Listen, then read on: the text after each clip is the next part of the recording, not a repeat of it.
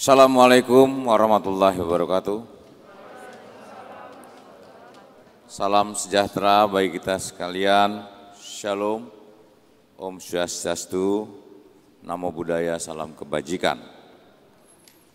Yang saya hormati Kepala Lembaga Layanan Pendidikan Tinggi Wilayah 3, Profesor Dr. Agus Setiabudi,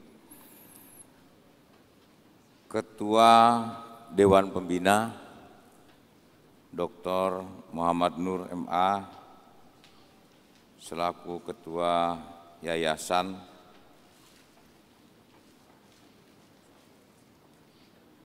Rektor UNAS Dr. L. Amri Bisnawi, para Wakil Rektor, Guru Besar, para Dekan, Ketua Senat, dan Majelis Guru Besar Universitas Nasional, para orang tua, wisudawan, dan anak-anakku, para wisudawan, khususnya yang S1, dan rekan-rekan para tamu undangan.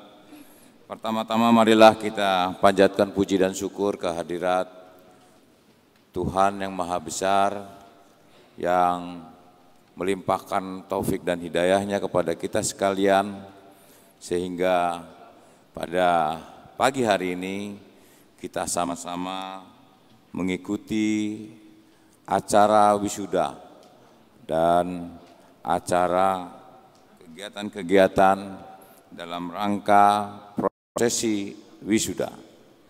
Pada kesempatan yang berbahagia ini, saya diundang oleh Universitas Nasional untuk memberikan orasi ilmiah tentang membangun daya saing bangsa melalui sistem tata kelola sumber daya nasional dan sistem pertahanan nasional. Saya baru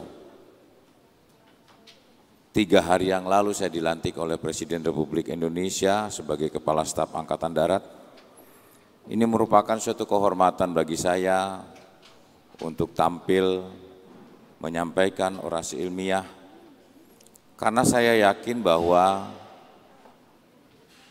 suara mahasiswa adalah suara saya juga, karena saya juga mahasiswa. Kebetulan Pak Rektor saya S1-nya di Unkris, S2-nya di Hasanuddin, S3-nya saya sekarang sedang menjalani prosesi di Trisakti.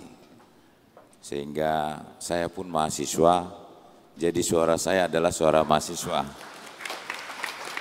Kemudian saya tampil di sini pun adalah suara rakyat.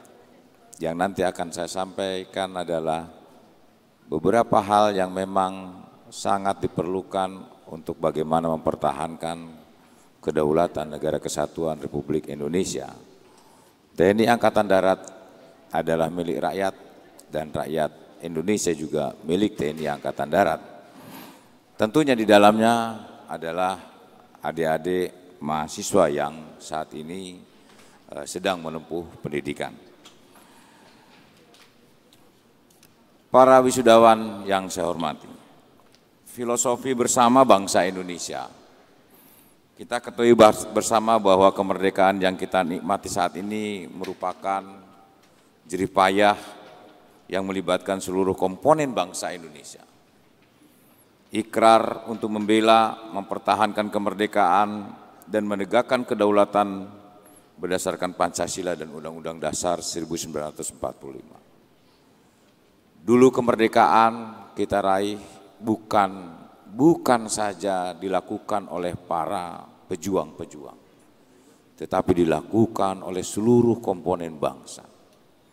Tidak serta-merta saat itu TKR merasa mereka yang lebih berjuang sendiri, tetapi seluruh komponen bangsa, para pedagang, para buruh, dan seluruh yang terlibat pada saatnya itu untuk bangkit bagaimana untuk memerdekakan bangsa ini. 350 tahun kita dijajah oleh Belanda. 3,5 tahun kita dijajah oleh Jepang. Penderitaan-penderitaan yang sudah dialami oleh para founding father kita cukup memberikan suatu pelajaran bahwa bangsa Indonesia harus bangkit. Oleh karenanya bangsa Indonesia adalah bangsa yang beradab. Penghormatan bangsa Indonesia dalam prinsip perdamaian ini bukan berarti menjadi bangsa yang lemah dan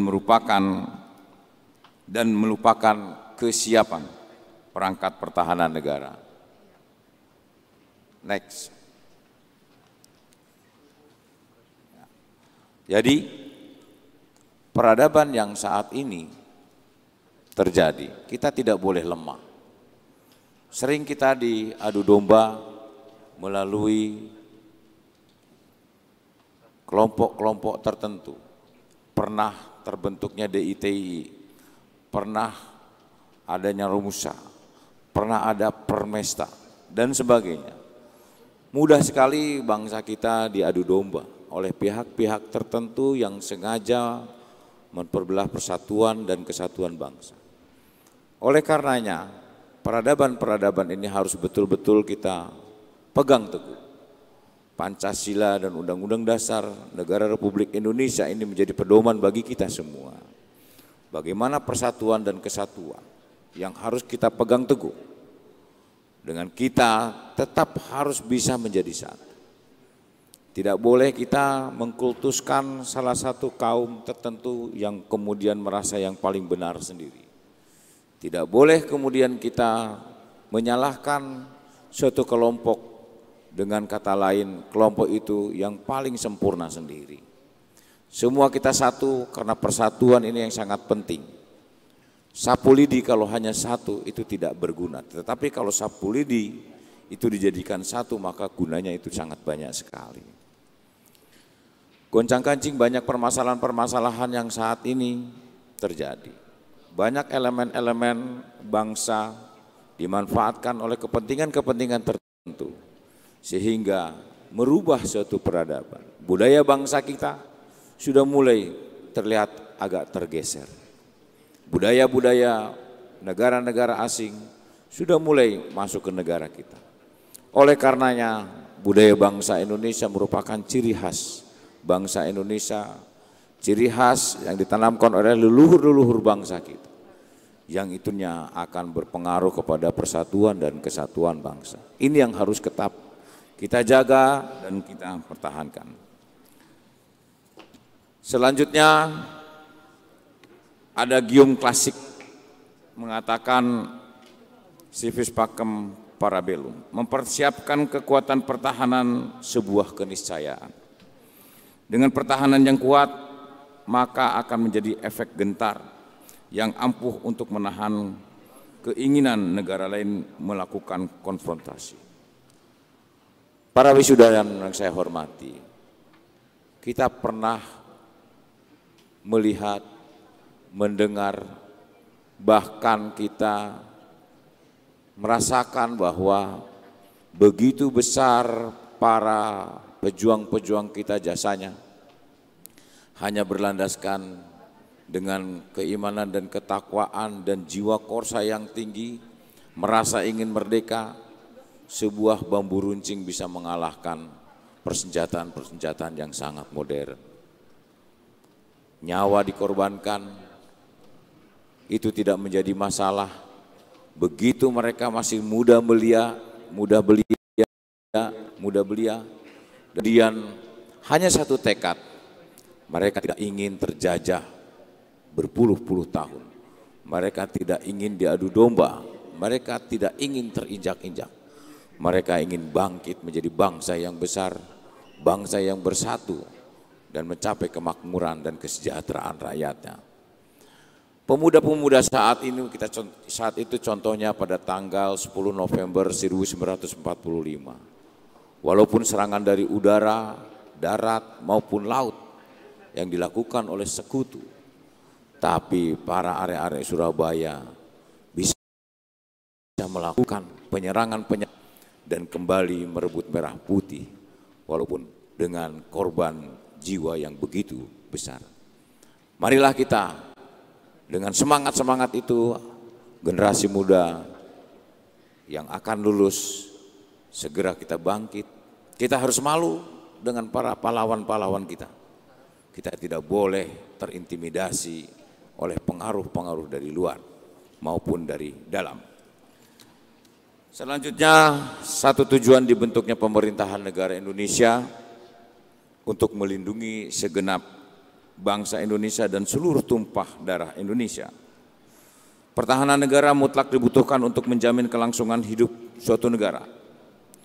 Eksistensi sebuah negara sangat bergantung kepada kemampuan bangsa tersebut mempertahankan diri dari segala bentuk ancaman. Ancaman akan bisa dari luar maupun dari dalam. Dari luar, dengan perkembangan situasi saat ini, banyak hal-hal yang dilakukan. Di beberapa negara sudah mulai terjadi konflik komunalistik, konflik antar kelompok yang dilakukan oleh kelompok tertentu yang mengatasnamakan kebenaran, mengatasnamakan kesempurnaan, sehingga yang lain itu salah.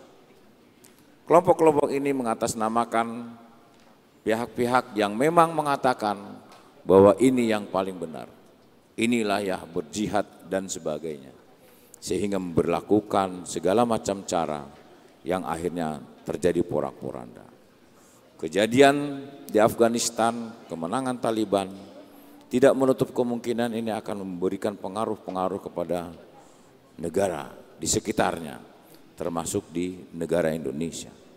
Oleh karenanya, untuk mengantisipasi hal tersebut, harus bijak bagaimana membaca dan menyimak media sosial. Ya, begitu juga menyimak dan bijaksana terhadap pengaruh-pengaruh yang secara langsung diberikan oleh pihak-pihak tertentu di lingkungan kita. Jangan pernah percaya 100%, analisa secara komprehensif bahwa kelompok-kelompok tertentu jangan merasa paling benar sendiri, akhirnya orang lain kemudian salah. Jangan merasa paling sempurna sendiri. Pedomani ketuhanan yang Maha Esa. Ketuhanan yang Maha Esa berarti kita mengakui beberapa agama yang disahkan oleh pemerintah. Tidak boleh kita menyalahkan agama yang satu dengan yang lain. Tidak boleh mengatakan agama saya paling benar sendiri. Ini kunci, kalau ketuhanan yang Maha Esa kita akui, maka persatuan dan kesatuan ini akan tetap dipertahankan. Jangan mau dipengaruhi. Ya. Jangan mau dibodohi oleh pihak-pihak yang sengaja membuat bangsa kita pada akhirnya akan terpecah belah. Selanjutnya, kebijakan pertahanan dan keamanan.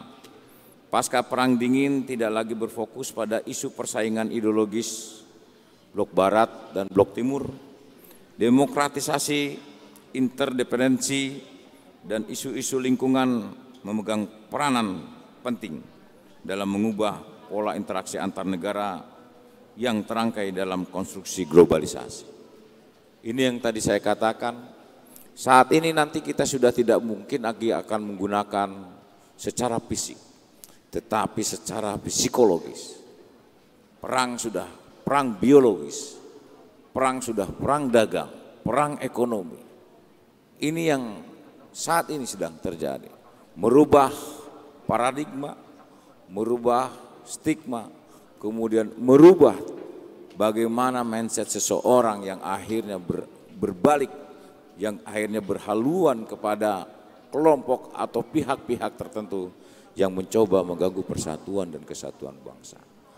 Anak-anak muda, beberapa kali saya menghadapi demonstrasi, setelah kita tanya, dari beberapa daerah datang ke Jakarta, dia tidak tahu apa yang harus dilakukan.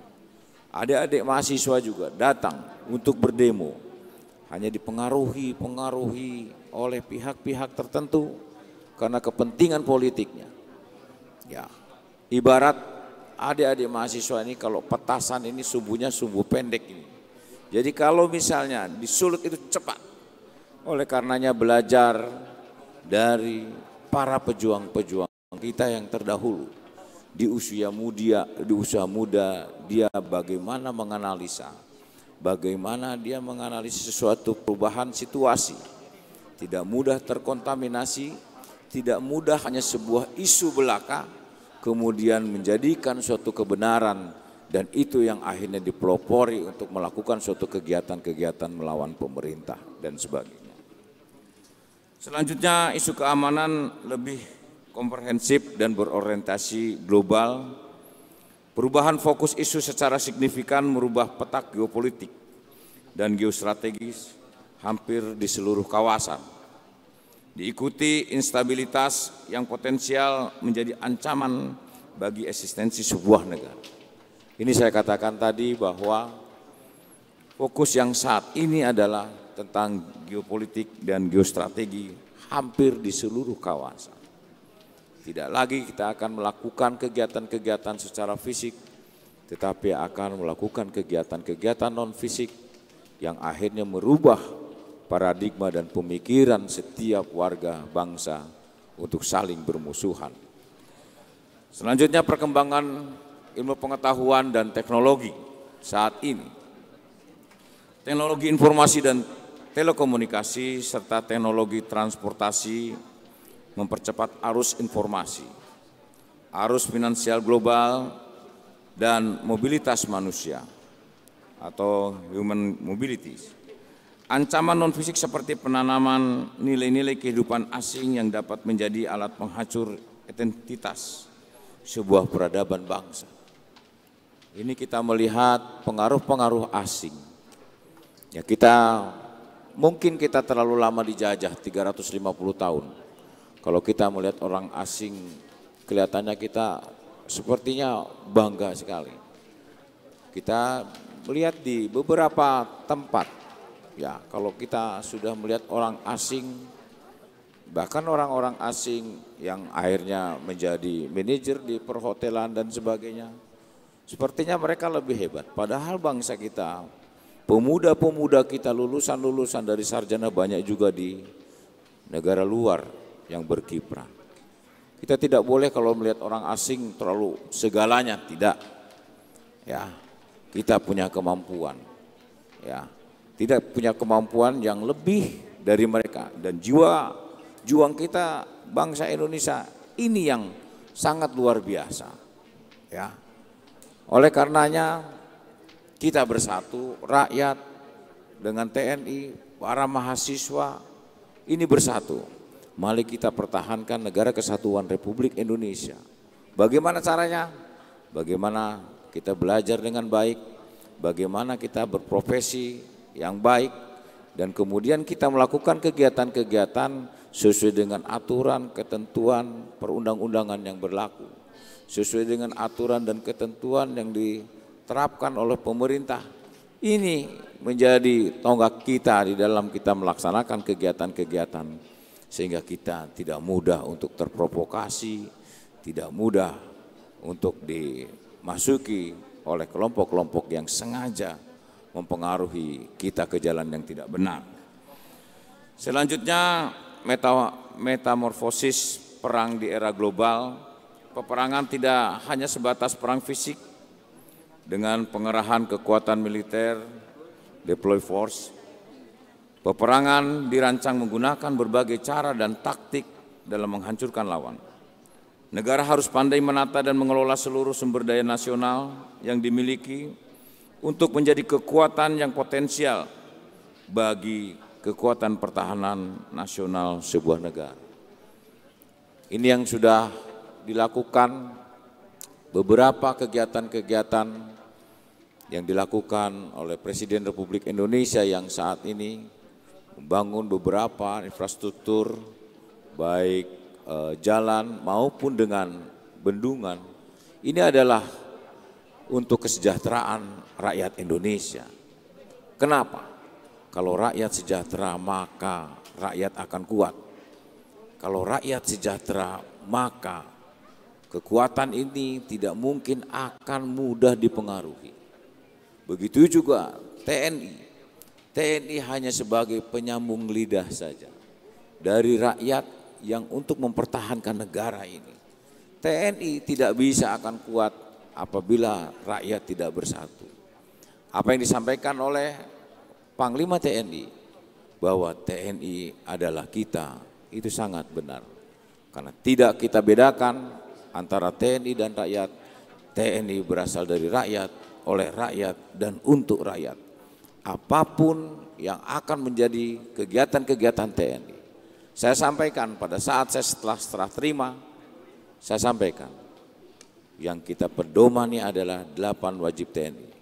Bagaimana dia bersikap ramah tamah terhadap rakyat, bagaimana dia harus bersikap sopan santun terhadap rakyat, bagaimana dia harus menjunjung tinggi kehormatan wanita, dia harus menjunjung tinggi kehormatan di muka umum, dan tidak sekali-sekali menakuti rakyat, tidak sekali-sekali menyakiti dan menakuti hati rakyat, tidak sekali-sekali merugikan rakyat. Dan yang terakhir adalah menjadi contoh dan memelopori segala usaha-usaha untuk mengatasi kesulitan rakyat sekelilingnya. Saya katakan kepada seluruh anggota, dimanapun dan apapun kegiatan manapun, selagi masyarakat ini atau rakyat membutuhkan, maka TNI Angkatan Darat harus hadir di tengah-tengah mereka. Selanjutnya, Indonesia merupakan gerbang bagi kawasan Asia Pasifik. Saling klaim wilayah teritorial atau teritorial klaim antara beberapa negara, memperbesar konsentrasi pengerahan kekuatan militer di kawasan Asia Pasifik. Sengketa teritorial yang melibatkan negara Tiongkok, Vietnam, Filipina, Malaysia, Taiwan, dan Brunei bukan tidak mungkin mengarah ke kawasan Natuna yang merupakan wilayah kedaulatan Indonesia. Wilayah Cina Selatan, Laut Cina Selatan saat ini sedang hangat-hangatnya. Kita sudah berupaya menempatkan beberapa pasukan di sana untuk tetap memantau jangan sampai ada pelanggaran-pelanggaran yang dilakukan oleh pihak-pihak tertentu yang mencoba mengganggu kedaulatan negara kesatuan Republik Indonesia. Selanjutnya, permasalahan-permasalahan bangsa Indonesia saat ini. Permasalahan regional lain yang juga patut dicermati yaitu Indonesia masih memiliki masalah perbatasan dengan 10 negara tetangga, di mana sikap negara memiliki konflik teritorial dengan Indonesia, setiap negara. Salah satu ancaman yang paling nyata yang dihadapi oleh bangsa Indonesia saat ini adalah masalah kebangsaan.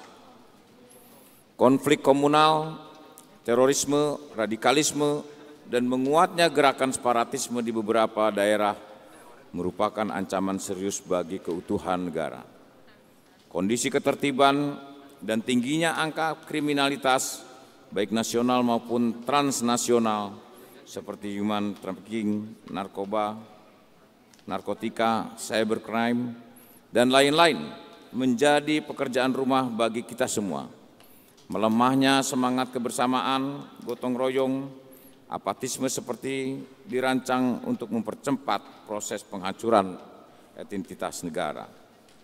Ini kita sadari bersama, narkoba di mana-mana. Dengan mudahnya narkoba masuk. Di beberapa tempat sampai ke kampung-kampung. Dengan begitu mahalnya harga tapi tetap dibeli. Ini pengaruh-pengaruh ini tidak serta-merta pengaruh hanya dari dalam, tetapi ada pengaruh-pengaruh dari luar, bagaimana menimbulkan suatu atau mengakibatkan suatu kebodohan kepada bangsa. Nah, tindakan-tindakan yang sudah dilakukan tapi tetap ini masih ada. Begitu juga tentang radikalisme, tentang terorisme.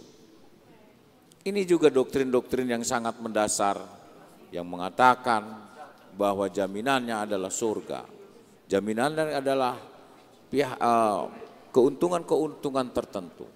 Padahal kita tidak pernah tahu apa yang harus kita lakukan.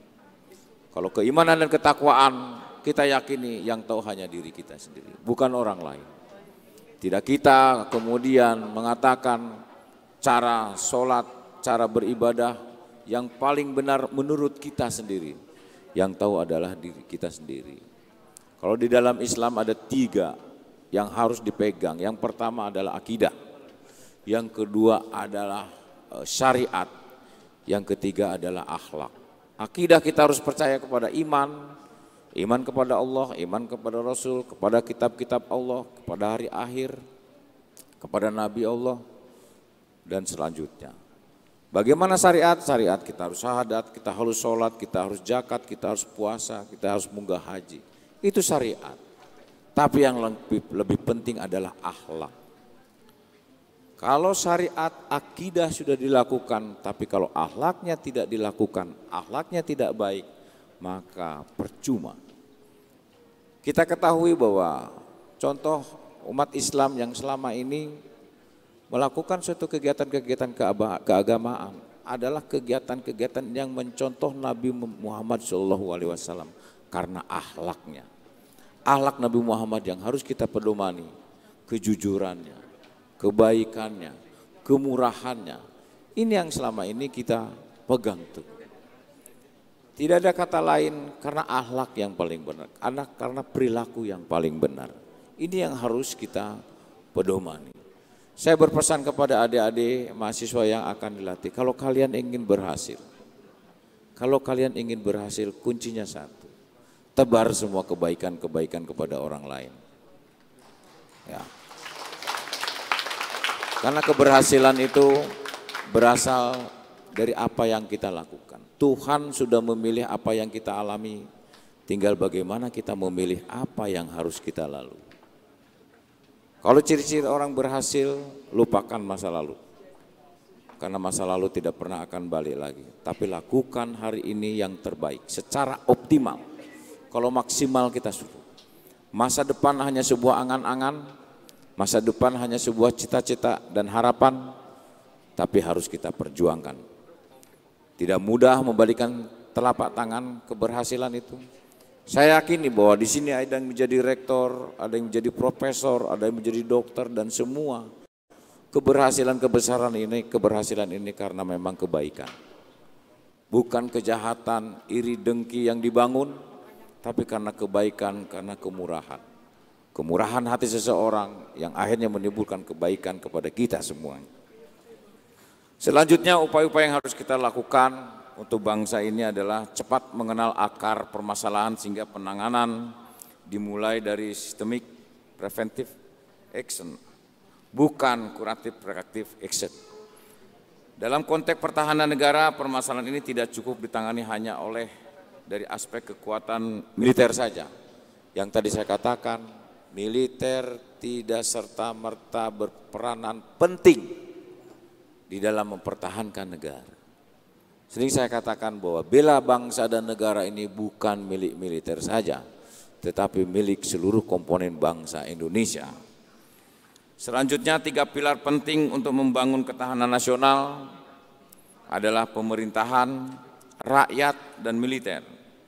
Pemerintah dengan rakyat diikat dengan simpul ideologi. Ideologi adalah sebuah harapan yang dibangun bersama secara sadar. Karena ideologilah negara bisa tetap berdiri. Tentara dengan rakyat diikat dengan simpul sejarah hubungan emosional kemanunggalan tentara rakyat. Keduanya menjadi epicentrum kekuatan atau center of gravity bagi tentara. Konsep tentara adalah rakyat dan rakyat adalah tentara merupakan konsep kesemestaan yang menjadi modal kekuatan pertahanan negara. Selanjutnya, prasyarat utama untuk menjadi negara yang kuat yaitu mampu untuk menata, menyiapkan dan menggunakan sumber daya yang dimiliki untuk kepentingan nasional. Oleh karena itu perlu pengelolaan sumber daya nasional untuk pertahanan negara yang meliputi sumber daya manusia, sumber daya alam, dan sumber daya buatan serta sarana prasarana. Indonesia memiliki sumber daya yang besar yaitu jumlah penduduk yang lebih banyak dan sumber daya alam yang berlimpah. Ini luar biasa. Bangsa kita mempunyai sumber daya manusia yang luar biasa. Pada tahun 2045 nanti terjadi bonus demografi. Kita mempunyai sumber daya manusia yang luar biasa. Di Jepang saat ini kekurangan para pemuda-pemuda. Banyak orang tua-tua. Ya, tingkat usia di Jepang ini sangat tinggi sekali. Saya pernah di Jepang, di sana cari tukang supir atau taksi itu sulit. Masih orang tua yang umurnya 74 tahun. Banyak pekerja-pekerja kita yang datangkan di sana, kemudian bagaimana menjaga orang tuanya. Karena pemuda-pemuda di sana rata-rata tidak mau untuk punya keturunan. Ya, karena mereka sudah hitung. Kalau punya anak berapa, melahirkannya berapa, kemudian memberi makannya bagaimana, kemudian sekolahnya bagaimana, begitu mahal. Nah, berbeda dengan di kita. Di Indonesia banyak anak, banyak rezeki. Ya, betul memang kita yakini bahwa rezeki itu yang tahu hanya Tuhan. Ya, para wisudawan nanti sudah bekerja, kita tidak pernah tahu rezeki itu datang di mana. Kita tidak pernah akan tahu. Oleh karenanya banyak-banyaklah berbuat baik. Rezeki kita tidak pernah tahu akan datang dari mana, tapi rezeki itu dia tahu siapa pemiliknya. Selanjutnya penyelenggaraan pertahanan negara, setiap warga negara berhak dan terlibat aktif dalam membela serta mempertahankannya kemerdekaan dan kedaulatan negara, juga keutuhan wilayah dan keselamatan negara segenap bangsa untuk menghindar dari segala macam ancaman yang tadi saya katakan baik dari dalam maupun dari luar. Hal tersebut tertuang secara eksplisit dalam Pasal 27 ayat 3 Undang-Undang Dasar tahun 1945, setiap warga negara berhak dan wajib ikut serta dalam upaya pembelaan negara. Dikatakan pasal 30 ayat 1, tiap-tiap warga negara berhak dan wajib ikut serta dalam usaha pertahanan dan keamanan negara, dan ayat 2, usaha pertahanan dan keamanan negara dilaksanakan melalui sistem pertahanan keamanan rakyat semesta oleh Tentara Nasional Indonesia dan Kepolisian Negara Republik Indonesia sebagai kekuatan utama dan rakyat sebagai kekuatan pendukung. Nah, ini keterlibatan rakyat selama ini yang sudah berbaur, artinya sudah bersama-sama dengan TNI. Ya, ini menjadi suatu kekuatan untuk nantinya kita berhadapan dengan siapapun yang mencoba mengganggu persatuan dan kesatuan bangsa. Saya berharap rakyat Indonesia semuanya, setiap ada melihat gejala-gejala sedikit apapun yang mempengaruhi, mencoba-coba tindakan-tindakan yang mengatasnamakan dirinya yang paling benar sendiri, itu segera harus dilaporkan dan harus ada suatu kegiatan-kegiatan, tindakan-tindakan yang signifikan. Karena kalau ini perkembangannya akan meluas, ini akan berisiko kepada persatuan dan kesatuan bangsa kita. Selanjutnya, pembangunan pertahanan negara dan pelibatan sumber daya manusia ini juga diatur oleh Undang-Undang Nomor 3 Tahun 2002 tentang pertahanan negara, dan pelibatan sumber daya nasional tercantum di dalam Undang-Undang Nomor 3 Tahun 2002, Undang-Undang Nomor 3 Tahun 2002. Bahwa kesemestaan sistem pertahanan negara tercermin dengan terbentuknya komponen cadangan dan komponen pendukung yang didahului dengan adanya pembinaan kesadaran bela negara untuk membangun karakter nasionalisme bangsa. Adik-adik wisudawan yang saat ini sedang berbahagia, saya berpesan bahwa di kelak nantinya kalian akan terjun langsung di dinas-dinas ataupun di tempat pekerjaan. Kalau ingin berhasil, kalian harus punya imajinasi, kalian harus punya inovasi, kalian harus punya visi dan misi, kalian harus punya cita-cita dan harapan. Karena kalau tidak punya ini semua, kalian hanya biasa-biasa saja. Kita tidak pernah tahu kita akan jadi apa, karena kita semua sebetulnya sekarang sedang melaksanakan atau melakukan takdir saja. Itu saya katakan, Tuhan sudah memilih apa yang kita alami, tinggal bagaimana kita memilih apa yang harus kita lalui. Apa yang ada di depanmu, apa yang ada di belakangmu, sekalipun yang ada di sekelilingmu, itu tidak berarti apa-apa dibanding yang ada dalam dirimu sendiri. Kalau ingin berhasil, ada 2 bidadari cantik. Kalau masih bujangan, masih sendiri, itu hanya 1 bidadari cantik, adalah ibumu. Jangan sekali-sekali kita membentak ibumu. Betul tadi kata Pak Agus, Profesor Agus, berterima kasihlah, peluklah ibumu, sujudlah kepada ibumu. Anda sekarang jadi sarjana karena ibumu. Jangan lupa karena sebuah kekurangan-kekurangan yang saat ini atau kemarin atau lampau, kekurangan-kekurangan itu kemudian disampaikan dan akhirnya menimbulkan suatu kemarahan, tapi lupa saat dilahirkan, tapi lupa saat menyusui, tapi lupa saat kecil bagaimana mau berjalan, mau cara makan. Itu harus diingat. Saya yakin kalau baik kepada ibumu, maka kamu akan berhasil. Ya. Dan pesan saya, nanti saatnya kalian akan menghadapi dinamika di dalam pekerjaan. Jangan pernah goyah, jangan pernah larut, jangan pernah putus asa.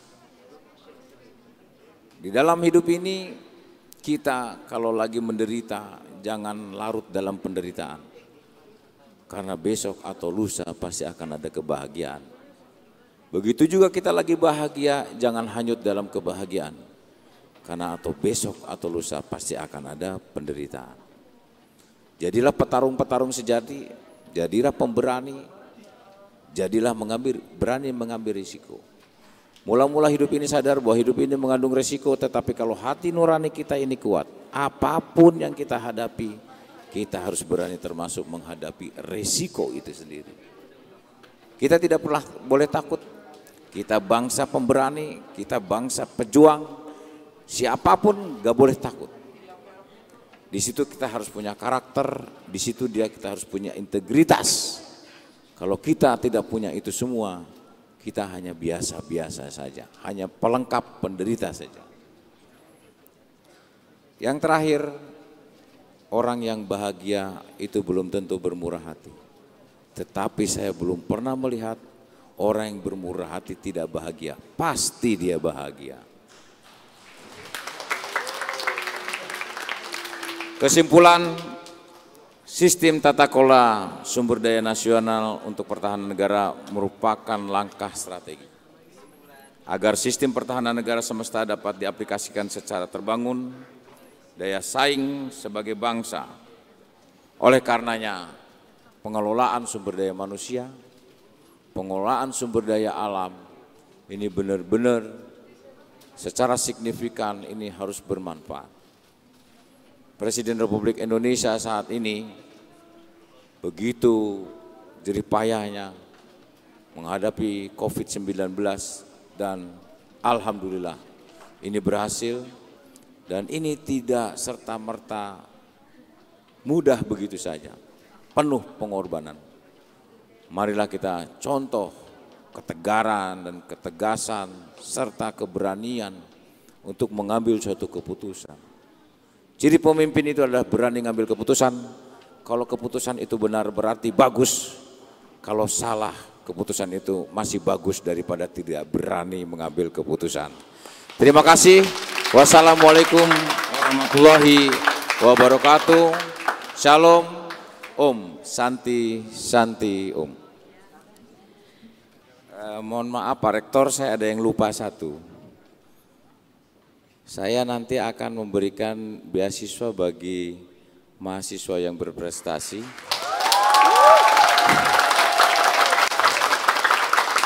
Dan mahasiswa yang tidak mampu, Pak.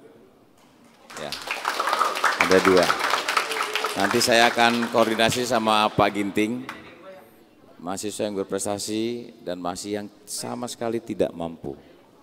Ya, karena saya ingin untuk merangsang bagi yang lain, karena kita perlu generasi-generasi muda yang hebat, yang petarung dan jagoan dan pemberani, Pak. Ya, begitu. Terima kasih, Pak. Selesai.